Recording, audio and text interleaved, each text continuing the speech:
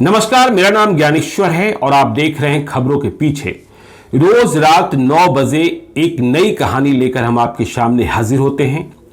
अपराध की दुनिया की कई कही अनकही कहानियों में से एक कहानी हम आपके साथ साझा करते हैं।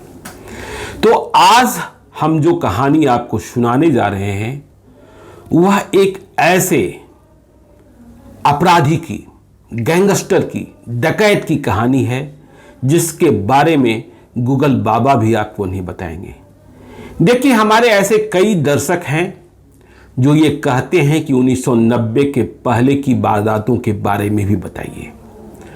सिर्फ 1990 के बाद की बात ही क्यों बताते हैं? देखिए, 1990 के बाद की बातों को बताना तो मेरे लिए आसान होता है, क्योंकि 1990 में मैं रिपोर्टिंग करने लगा था। उसके पहले जब कुछ बताना होता है तो खासा रिसर्च करना होता है। रिसर्च करना मेरी जिम्मेवारी भी है। और आज जो हम कहानी आपको बता रहे हैं वो कहानी है छांगु दुसाद की। एक ऐसा दस्यु सम्राट, एक ऐसा डकैत, एक ऐसा अपराधी जिसने 5 वर्षों तक रोहतास को, सासाराम को और आसपास के इलाके को ऐसा बाप बाप कराया कि पूछिए मत। मैंने कहा ना कि आपको गूगल बाबा भी इस छांगु दुसाद के बारे में नहीं बताएंगे, लेकिन हम इसलिए बता रहे हैं क्योंकि यदि आप खबरों के पीछे के नियमित दर्शक हैं तो आपको पता है कि मैं परिस्थितियों के कारण 1990-1991 में क्राइम रिपोर्टर बना था। पहले तो मैं यूनिवर्सिटी रिपोर्टर था, बाद में शिक्षा प्रतिनिधि हो गया था आज अखबार में। और मुझे अपने को सफल बताने को वक्त भी बहुत कम दिया गया था। मैं एजुकेशन रिपोर्टर सीधे क्राइम रिपोर्टिंग करने आ गया था। न हिस्ट्री पता थी, न ज्योग्राफी पता था, लेकिन मेहनत करना जानता था। तो आगे जो होना था वो तो आंखों के सामने होता, लेकिन क्राइम रिपोर्टिंग कैसे की जाती है, कैसे लिखी जाती है, इसके लिए मैंने पिछले 5-7 वर्षों में 1990 से पहले कांग्रेस के राजपाट में जो बड़े कांड हुए थे, जो बड़ी वारदात हुई थी, जो बड़े गैंगस्टर थे, उनके बारे में बहुत विस्तार से पढ़ा था। फिर यह भी जाना था कि उन घटनाओं को कवर कैसे किया गया। उन बातों को मैंने अपनी लाल डायरी में भी लिखी, जो आज हम आपको साझा करेंगे छांगु दुसाद के बारे में। और मैंने मॉडस ऑपरेंडी, अपराध का तौर तरीका, सब कुछ समझने की कोशिश करी। तो देखिए, जो छांगु दुसाद है, जब मैं 1990 के पहले की कहानियां सुनाऊंगा आपको, तो बेगूसराय जेल कांड की कहानी भी सुनाएंगे, जिसके बारे में बीबीसी 7 दिनों तक बोलता रहा था। हमारे दर्शकों ने डिमांड भी की है, उस कहानी में बहुत लोचा है, हमारा काम चल रहा है। तो छांगु दुसाद, रोहतास के लोग आज भी, जो पुराने लोग हैं, उसके भय को, उसकी आतंक को जानते होंगे। देखिए, ये छांगु दुसाद एक ऐसा अपराधी जिसने 5 से 7 वर्षों के भीतर अपने इलाके में 260 मर्डर्स किए थे, सोच सकते हैं आप। और 106 हथियार लूटे थे, बड़े बड़े लोगों के, पुलिस वालों के भी। और एक ऐसा छांगु दुसाद जिसे जब मारा गया तब भी पुलिस के पास उसकी कोई तस्वीर नहीं थी। तो इसके अंत की कहानी बताएं, इसके पहले उदय की कहानी बताना आवश्यक है। मैंने आपको पहले ही बता दिया कि कांग्रेस ही राजपाट। जब अंत हुआ तो बिंदेश्वरी दुबे चीफ मिनिस्टर थे बिहार के। रोहतास का इलाका डकैतों से भरा था, जैसे चंपारण में डकैतों का गिरोह था। तो देखिए, ये जो छांगु दुसाद था, मूल रूप से भोजपुर के राजपुर का रहने वाला था। इसके उदय की, या अपराधी बनने की, या अपराध जगत में इसके नाम चमकने की 2 कहानियां हैं। पहले तो बहुत ही छोटा था। 1977 में किसी छोटी मोटी वारदात में इसका नाम आया था और यह गिरफ्तार होकर जेल चला गया था। जेल कहां गया था? बक्सर जेल गया था। फिर 1978 में यह जेल से छूटा, फिर तो कभी गिरफ्तार ही नहीं हुआ। 1987 में सीधे मारा गया। दूसरी कहानी यह है कि एक मंगराव गांव है, वहां के लैंडलॉर्ड मतलब भूपति रामेश्वर राय हुआ करते थे, और रामेश्वर राय ने इस छांगर दुसाध को, जो उनके पास खेत थी, उसकी देखभाल के लिए या कहें कि जोर जबरदस्ती के लिए काम पर लगा रखा था। तो रामेश्वर राय के साथ रहते रहते यह रंगबाज बन गया, और जब रंगबाज बना, जब नाम इसका बढ़ने लगा, तो रामेश्वर राय से ही इसकी दुश्मनी हो गई। पहले तो रामेश्वर राय अपने विरोधियों को निपटाने के लिए इसका इस्तेमाल करते थे, अब रामेश्वर राय की जान का दुश्मन ही यह बन गया, और इसने रामेश्वर राय की हत्या कर दी। मतलब जिसने अपने साथ रखा था, मालिक को ही मार डाला। तो वहां से यह बड़ा होने लगा। फिर तो 1980 के आसपास लोग छांगु दुसाध को छांगु दुसाध के रूप में जानने लगे, एक नहीं कई थाना क्षेत्रों में। 1982 मतलब 1982 में यह आतंक का पर्याय हो गया। मतलब इसके नाम से लोगों ने थर्राना शुरू कर दिया। समझ सकते हैं, 5 वर्षों में 260 हत्याएं। जब इसके अंत की कहानी आपको सुनाएंगे तो आपको हम बताएंगे कि कैसे इसे मारने को पुलिस वालों को, सीआरपीएफ को हैंड ग्रेनेड भी फेंकने पड़े थे, चलाने पड़े थे। तो जब यह आतंक का पर्याय बना, तो इसका जो साम्राज्य, आपराधिक साम्राज्य, वह रोहतास जिले में ही अधिक स्थापित हुआ, पहाड़ी क्षेत्रों में नहीं, जो समतल इलाके थे। सबसे पहले जो इसकी तूती बोलनी शुरू हुई, वह इलाका था रोहतास का रामगढ़ क्षेत्र, जहां छांगु दुसाध के नाम से लोग डरने लगे। जब रात को बच्चा नहीं सोता था तो कहा जाने लगा कि छांगु दुसाध आ जाएगा, सबों को मार डालेगा।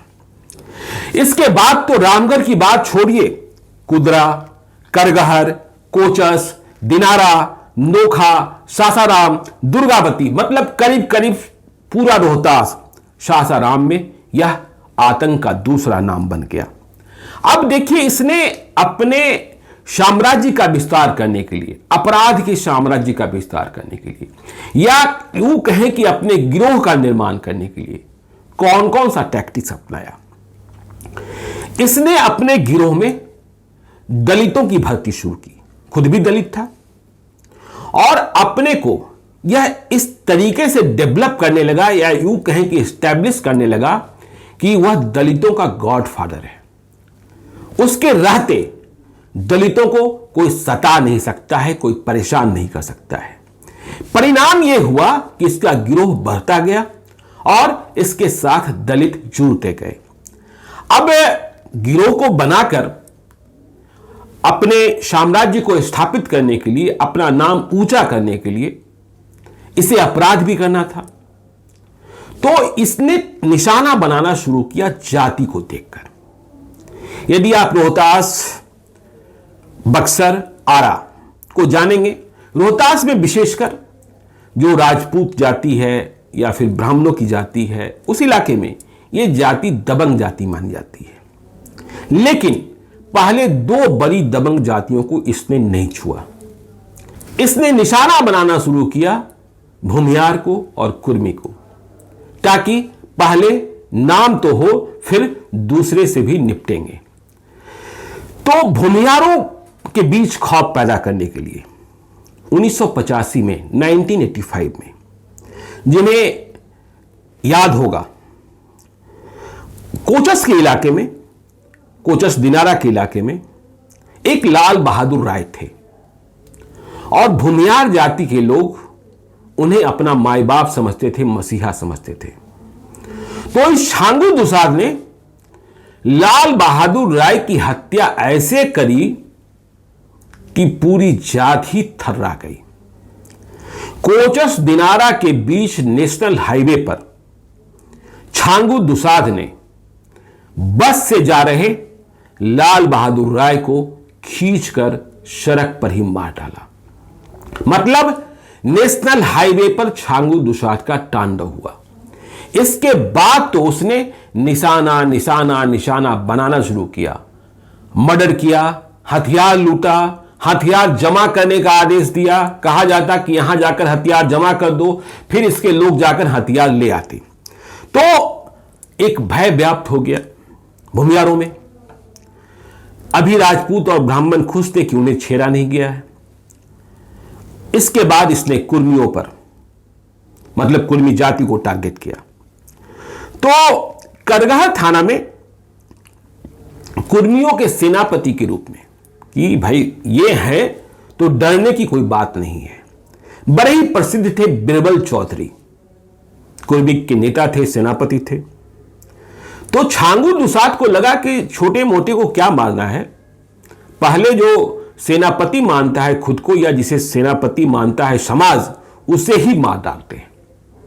तो इस छांगू दुसाद ने दिवाली की रात, आप समझ सकते हैं दिवाली की रात जश्न की रात होती है, खुशी की रात होती है, मां लक्ष्मी की पूजा की जाती है, पटाखे जल रहे होते हैं, पटाखों की आवाज आती है, लोग गोलीबारी की आवाज और पटाखों की आवाज में फर्क ही नहीं महसूस कर पाते हैं। तो इसने दिवाली की रात बराहरी गांव में हमला बोला छांगू दुसाद ने, और बिरबल चौधरी की हत्या कर दी। समझ सकते हैं, उधर भूमियारों के नेता लाल बहादुर राय को मारा और इधर कुर्मियों के सेनापति बिरबल चौधरी को मार डाला। इसके बाद तो इसका आतंक और भी बढ़ गया। लेकिन यह रुकने वाला कहां था, यह थमने वाला कहां था। तो इसने क्या किया कि 1986 में कुर्मियों का गढ़ कहा जाता था एक गांव है अकोरी, तो अकोरी गांव में इसने हमला बोल दिया अपने दस्ते के साथ, अपने लाओ लश्कर के साथ, और वहां 4 लोगों की हत्या कर दी, सभी जाति से कुर्मी। अब इसके बाद तो कोहराम ही मच गया। कुर्मी भी कम मजबूत नहीं, पैसे से भी। तो कुर्मियों को लगा कि नहीं, अब तो इसके खिलाफ लड़ना पड़ेगा, और लड़ना है तो कैसे लड़ा जाएगा, हथियार होना चाहिए। छांगू दुसाद गिरोह के पास हथियार मतलब इतने हो गए थे कि बहुत ही मुश्किल था।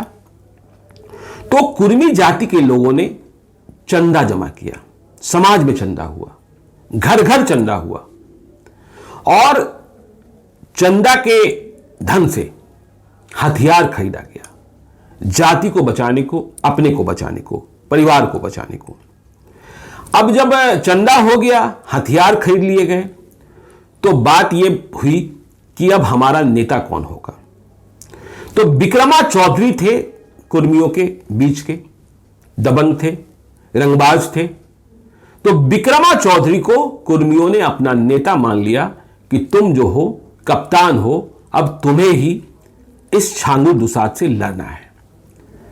छांगू दुसाद से लड़ाई शुरू हुई। छांगू दुसाद को विक्रमा चौधरी भी कुछ बिगाड़ नहीं पाए। दूसरी ओर छांगू दुसाद ने बहुत कोशिश करी कि ये जो मेरे खिलाफ लड़ने को मैदान में आया है, इसे ही खत्म कर देते हैं। इसके लिए छांगू दुसाद ने कई दफे प्रयास किया, लेकिन विक्रमा चौधरी पर भी ईश्वर की कृपा रही कि उनका बाल बांका तब नहीं बिगड़ा। जब इसका इतना कोहराम मच गया, 260 हत्याएं, 260, 106 आर्म्स लूट, तो सरकार की चिंता बढ़ी। और उधर रोहतास इलाके में सिर्फ छांगू दुसाद ही नहीं, कई और दस्यु गिरोह, अपराधियों का गिरोह, कोयरी गिरोह, दादा गिरोह, तमाम गिरोह, खरवार गिरोह उत्पन्न हो गए थे। जब सरकार की चिंता बढ़ी तो समझा गया कि अब तो छांगू दुसाद से लड़ना ही होगा, इसे हर हाल में तलाशना ही होगा। लेकिन सबसे बड़ी परेशानी यह कि छांगू दुसाद की कोई तस्वीर नहीं। कहने वाले लोग कहते हैं कि तब उसकी उम्र 40 साल होगी, 1985, 86, 87 के आसपास। जब वह जेल गया था 1977 में पहली बार, और जब 1978 में छूट कर आया था। तब भी कोई ऐसी परंपरा नहीं थी, ऐसा कोई नियम नहीं था कि जेल गए हर व्यक्ति की तस्वीरें ली जाती थी। तो जितने गांव में इसने अटैक किया था या जो परिवार इससे पीड़ित हुआ था या जिसका आमना सामना हुआ था, उन लोगों से बातचीत के आधार पर बहुत लंबी बातचीत चली। अपराध अनुसंधान विभाग के दस्ते के द्वारा एक स्केच तैयार किया गया कि छांगू दुसाद दिखने में है कैसा। तो मालूम हुआ कि ये तो बिल्कुल बौना है, 5 फुट 3 इंच का कद काठी में, सिर्फ 5 फीट 3 इंच, साधारण रंग है, मुंह में चेचक का दाग भी है। लेकिन एक बड़ी पहचान यह मालूम हुई बहुत सारे लोगों से जानने के बाद कि इसके दाहिने हाथ में 6 अंगुली है, 6 फिंगर्स हैं। और इसका जो लिबास होता है वह आमतौर पर यह खादी का कुर्ता और पैजामा पहनता है। मतलब आप समझ सकते हैं कि इसने आगे भी क्या सोच रखा होगा। खादी कुर्ता पैजामा, दाहिने हाथ में 6 अंगुली, चादर लपेटे रहता है। और वो चादर लपेटने का जो तरीका है वो नेताओं की तरह है। तो ये स्केच तो तैयार हो गया, लेकिन छांगू दुसाद का कोई लोकेशन नहीं मिलता, उसके गिरोह में कोई फूट नहीं पड़ती, उसके गिरोह से निकलकर कोई भेदिया नहीं बनता। दूसरी ओर पुलिस को जहां कहीं सूचना मिलती वहां छांगू दुसाद होता तो जरूर था, लेकिन पुलिस के पहुंचने के पहले ही वहां से वह निकल जाया करता था। इसका मतलब यह था कि जो जिले की पुलिस थी उसके भीतर भी छांगू दुसाद ने अपना नेटवर्क तैयार कर लिया था। यह बात और नोट की गई जितने इसने अटैक किए थे, जितनी वारदातें इसने की थी, कि जब यह अटैक करने को जाता है तो इसके साथ 30-40 लोगों का दस्ता होता है। कहीं कहीं 35 भी दिखा, मतलब 30 से 40 लोग के बीच दस्ता होता है। और ये जो 30-40 लोगों का दस्ता होता है, इनमें से 25 से 30 लोग बिल्कुल स्थानीय होते हैं। तो सवाल यह पैदा हुआ कि ये स्थानीय लोग मिल कहां से जाते हैं। तो जैसा मैंने आपको पहले ही बताया, देखिए आपको हम जो बता रहे हैं वो गूगल बाबा नहीं बताएंगे। गूगल बाबा में 1990 के पहले की बहुत सारी बातें नहीं हैं। तो मिल कहा जाता है, इसका जो समाधान निकला, जवाब निकला कि इसने दलितों के बीच जो अपनी इमेज बनाई थी, तो इसके गिरोह में दलित ही अधिक थे। तो हर गांव में जो इसका प्रभाव का क्षेत्र था वहां इसने एक स्थानीय गिरोह तैयार कर लिया था। तो जिधर ये मूव करता उधर वो स्थानीय लोग इसके साथ हो जाते।